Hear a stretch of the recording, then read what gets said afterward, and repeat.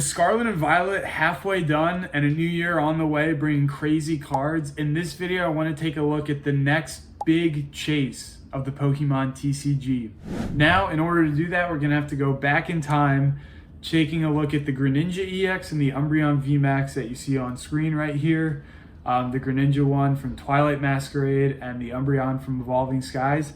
I just want to take a look at some of the previous chases that have really made a buzz in the Pokemon community, especially like the top chase cards and what the culture is around like a huge chase, and just kind of go over like the history of it and see where that leaves us for next year, moving into like some pretty crazy sets.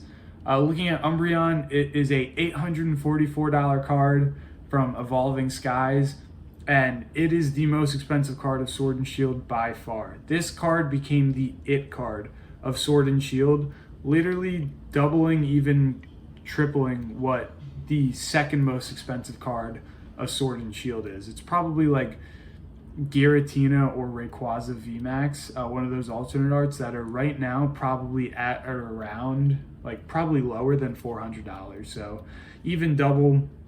And I think it's just because of the culture around it, the difficulty to pull, really made this card iconic, and that price sort of reflects that. Greninja, a little bit of the same thing. It's a little bit newer. It's only about 2-3 months old. And it's a $291 card.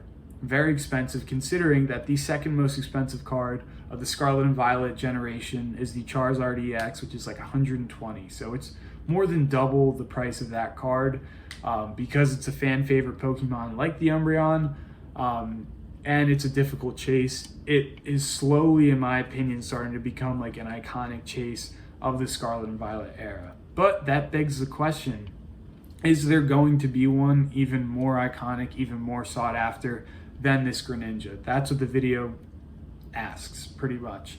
And to do so, we're going back in time to see the Sun and Moon chase, the Latios and Latios GX, which right now is at $855, pretty similar to that Umbreon VMAX. What is interesting here is when this card came out in 2019, stores were selling it for like $20 or even less. It was not a sought after card. Even other cards, like especially competitive ones, were far more expensive than this card, which ended up now being close to $1,000. So what's up with that? Because the culture around this card really came like 3 years after its release, 4 years even after its release. I think 2023 is when it really saw its stride and became like an iconic card in the Pokemon TCG. So like, what's the deal with that? Greninja becomes iconic pretty much right away. Umbreon, it takes like a few months, but after that, it becomes iconic as well. This one took a few years, so it's pretty interesting to see that not all chase cards are built the same, and we see that with X and Y's, one of X and Y's chase cards, the Mega Charizard EX from Flashfire. Now, I wasn't around for this. I was still like a kid at this point, or like a teenager, I don't know. I wasn't around enough to tell you much, but I have heard what it was like when Flashfire released, so I'm going to not pretend to know everything here, but I'm going to tell you what I know, is that when this set came out, booster boxes were pretty expensive even for a release, even on release, because people knew it was a Charizard set, fan favorite Pokemon. The demand was there for this set and this specific card. Like, people really wanted to get their hands on the card, and they knew that as soon as the set came out, this and the Full Art Charizard EX were the cards to chase. This is now a $345 card, and what's different about this one rather than the Latios and Latios GX is that this became a chase instantly, like that. Like, as soon as it released, at least to my knowledge, I could be wrong on that, take that with a grain of salt, I wasn't there, I was still a kid, but from what I've heard, this became a chase card immediately and became desirable pretty much instantly. Which is a little bit different than the Latios, but pretty similar to the Greninja EX that we see today. Now, going back in time to the original pretty much chase card, was the Charizard from base set. This I also believe, like, once again, was not around for that, was not even born in 1999. This card has some of that obviously very iconic in the Pokemon TCG. It is probably the most iconic and recognizable like vintage card that people see it and know it's expensive, it's sold for blah blah blah blah amount. Like, it makes headlines, it makes it in the news. So even people outside of the community know this card, whether it be first edition, shadowless, regular, unlimited.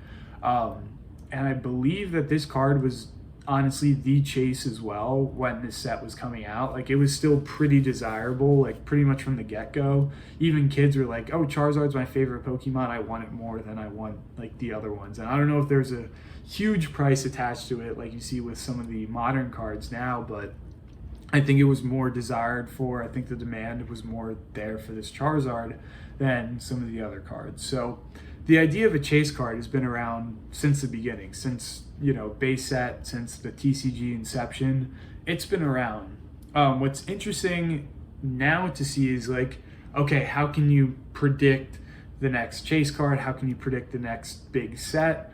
And that's really the question, because sometimes, and I'm going to go into it right now, a chase card can exist separately from a set, and a great set can exist separately from a soul chase card.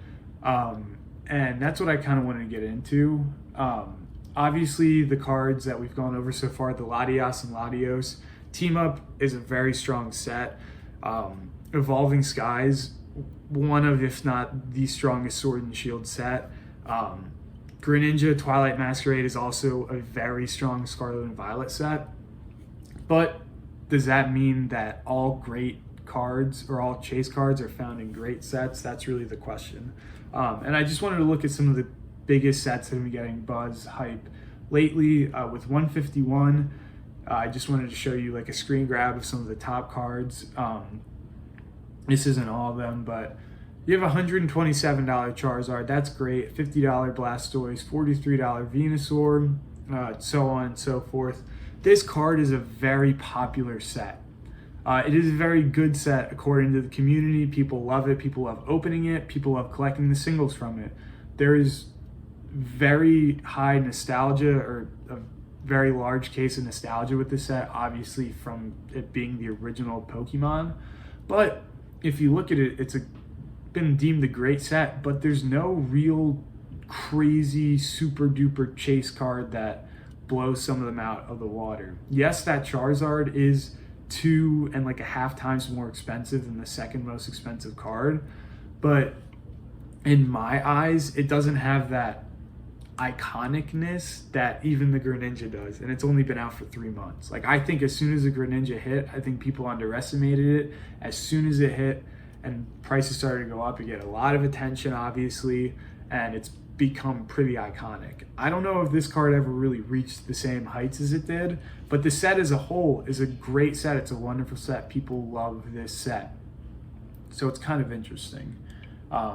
Great set, but there's no, in my opinion, there's no crazy big chase card. Twilight Masquerade, this is just a screen grab from, Greninja on, so no Greninja in this one. Got an $86 card, $76, $50 card. This is a pretty strong set, especially for Scarlet and Violet. Like, I think it's still technically, year 2? I have no idea. Year 2 of Scarlet and Violet.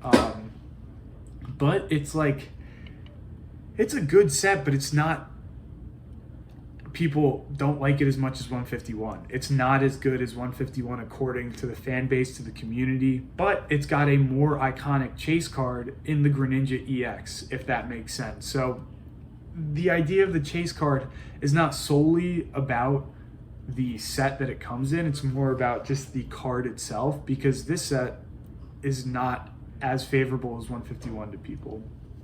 Looking at Evolving Skies, which has become a lot of people's favorite Sword and Shield set, it is a strong set. It's got a depth of great hits, from the Rayquaza VMAX being like $400, the Leafeon VMAX like just under 300, the Glaceon one as well, and a few V alternate arts. Like, this set is like, has the most, I think that and Chilling Reign have like the most alternate arts ever. I think Evolving Skies even has more, but it's got depth. It is a great set.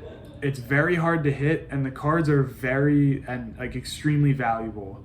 But it had that one card that blew even all of these ones out of the water. It just ended up being very hard to hit, a fan favorite Pokemon. And if you look at it, it's like double the price of the Rayquaza. So it is pretty crazy card. What's interesting now, if we take a look at like Chilling Reign, Fusion Strike, and Lost Origin, other cards in Sword and Shield that have had huge hype around them, like the Gengar, Giratina, Blaziken. These are sets that are pretty solid, but have never been anything super duper crazy in comparison to like Evolving Skies or the love that people have for 151. But these cards are starting to mature really well, I'd say, and people gravitate towards these chases a lot, and they're becoming more and more iconic as time goes on, and the market has kind of dictated that with like huge price swings here and there. Like these cards are slowly starting to become more desirable, which is interesting. So I just wanted to give some background for like what makes an iconic set. I think especially in 2025 with new sets coming out with like trainer partner Pokemon, and probably following suit of like harder pull rates from Twilight, Masquerade, Shrouded Fable, and on. So we're gonna see probably some really expensive cards, and I believe those are gonna be solo cards, maybe not attached to a set, that just end up being fan favorite, great artwork, and specifically hard to pull. It'd be great to see more sets like 151, where people like the community actually really loves them, and there's not an uber expensive chase card. But yeah, I hope that makes sense. Comment down in the comment section if you agree, disagree, if you understand what I'm even saying. I know I can ramble sometimes, but yeah, that's gonna do it. I appreciate you watching. Like if you like, comment if you want. Thanks for watching. Have a good day.